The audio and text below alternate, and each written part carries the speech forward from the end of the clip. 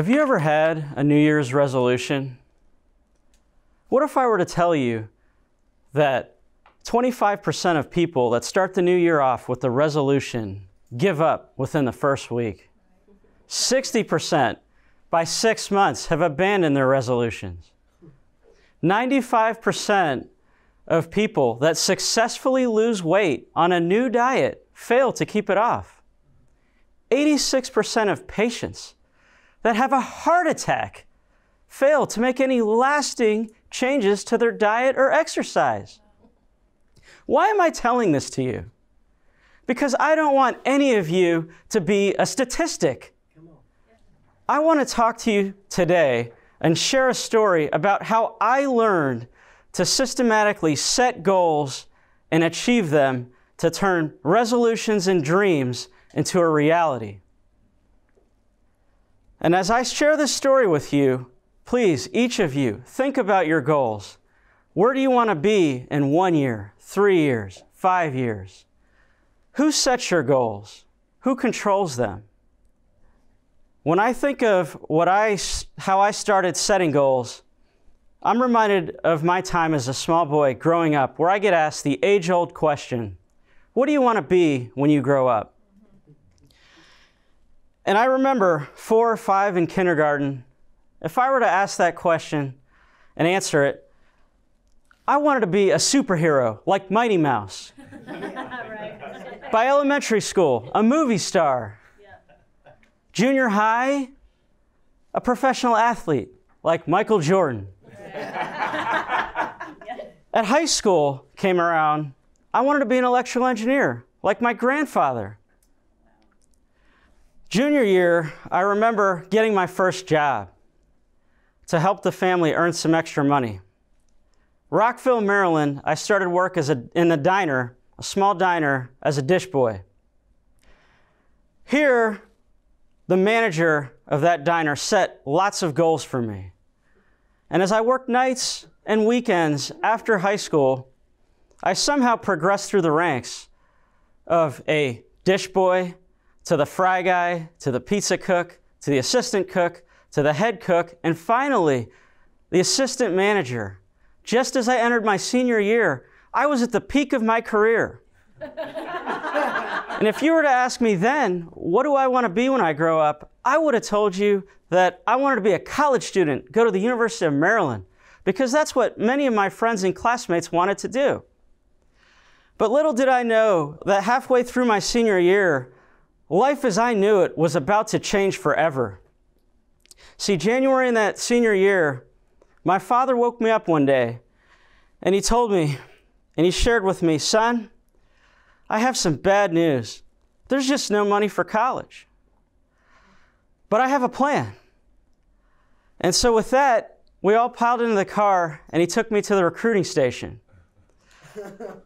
Right there, Silver Spring, Maryland, the border of Northwest DC, and he opened the door for me, and he said, Army, Navy, Marines, or Air Force, take your pick. And I recommend Navy, because you can see the world. And so here I was, unprepared.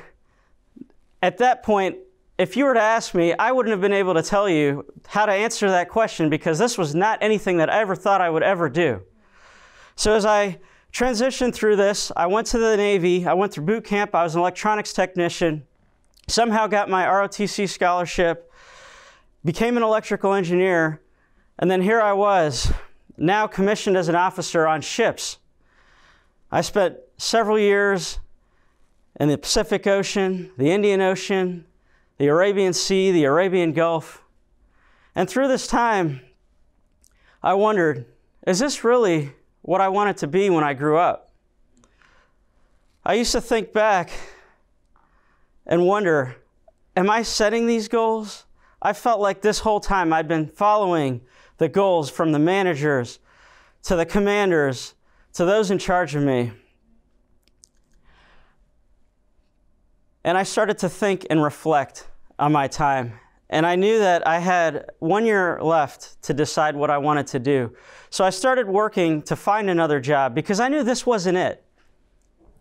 And what I realized is that there's a market for people like me. They're called headhunters.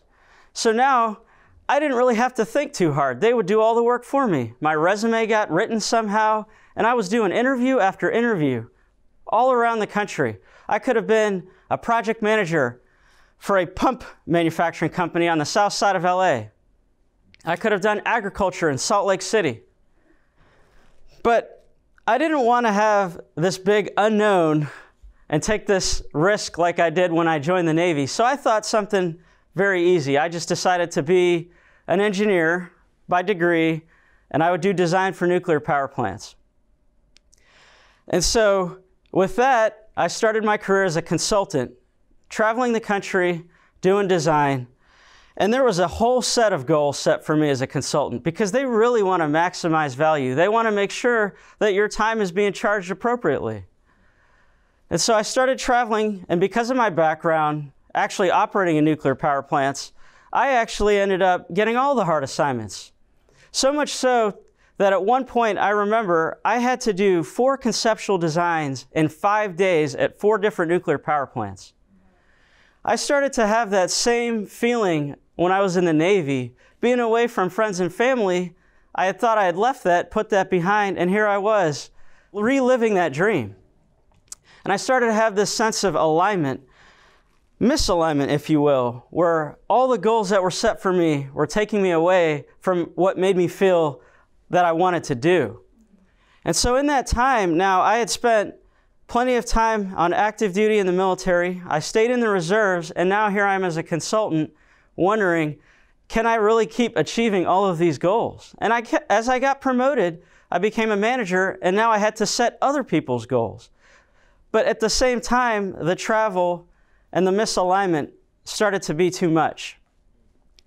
And so this whole time that I've been collecting data on different lifestyles, different fields, different careers, I decided that I would make it a point to start my own company so that I could have more time with friends and family. I sought a mentor, I sought counsel of somebody that had done exactly what I wanted to do, an expert in the field. Somebody that had his own private equity company for 30 prior years doing exactly that. And I knew if I had stayed 20 years in the active duty Navy, that I would have had a certain salary, which I would call retirement. So that was now a target that I set, that I had to build to. And as the momentum, me learning the knowledge from my mentor, I started to understand what I needed to do. But as people started to find out what I was doing, I could not get momentum because everybody questioned it. What are you doing? You want to do what? Are you crazy? You can't do that. And I would just feel shut down. I was trapped, but I kept trying. I knew that the method worked because there were so many other people that had successfully done this. And so I kept it on, and I made progress that first year and that second year. But by the third year, I was starting to wonder, am I ever going to make this work? And so I was lucky that at a networking event, I overheard some people talking about life on a submarine. And so I knew in that moment that I would have something in common. Now, I wasn't on a submarine, but I was in the Navy. So I broke out of my shell, and I walked over to the group, and the guy that was on a submarine, his name was Chris. And you see, Chris was, in fact, in the Navy. He was in the nuclear power field. And furthermore, he was an engineer that had successfully retired and started his own company and was financially free. Now, this was somebody I could look up to. So I was excited, and we started to talk and get to know each other more. We had a lot in common. He was in a different field from what I wanted to do, but just the track record and where he was in life at that time is what I wanted to aspire to become. So, and this was the magic. This is what took me from where I wanted to be to where I needed to be and to actually hit it. Because now I found I had an accountability partner. And so we would talk weekly. He had goals, and I would make sure that he was on track.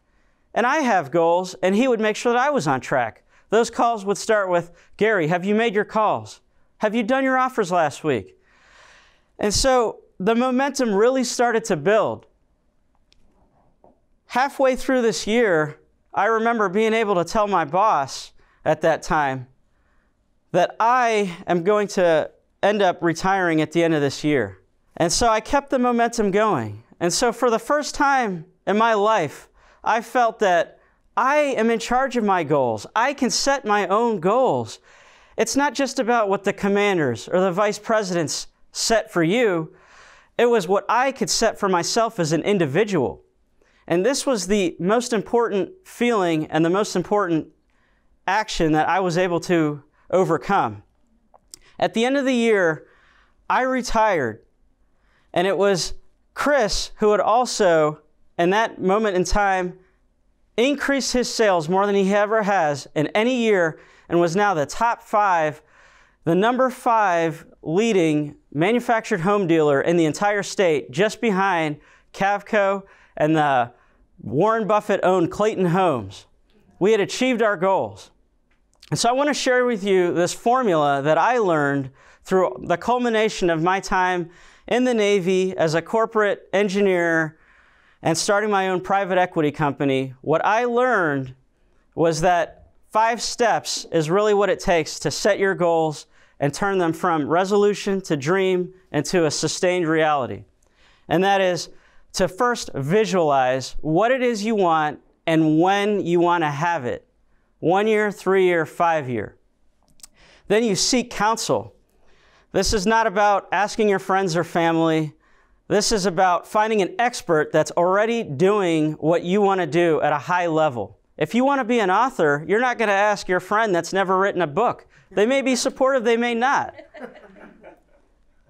Then you're going to want to work backwards and set targets. So when you have your goal, if you want to, say, read 10 books a year, you need to work backwards and maybe you need to read 5 pages a day.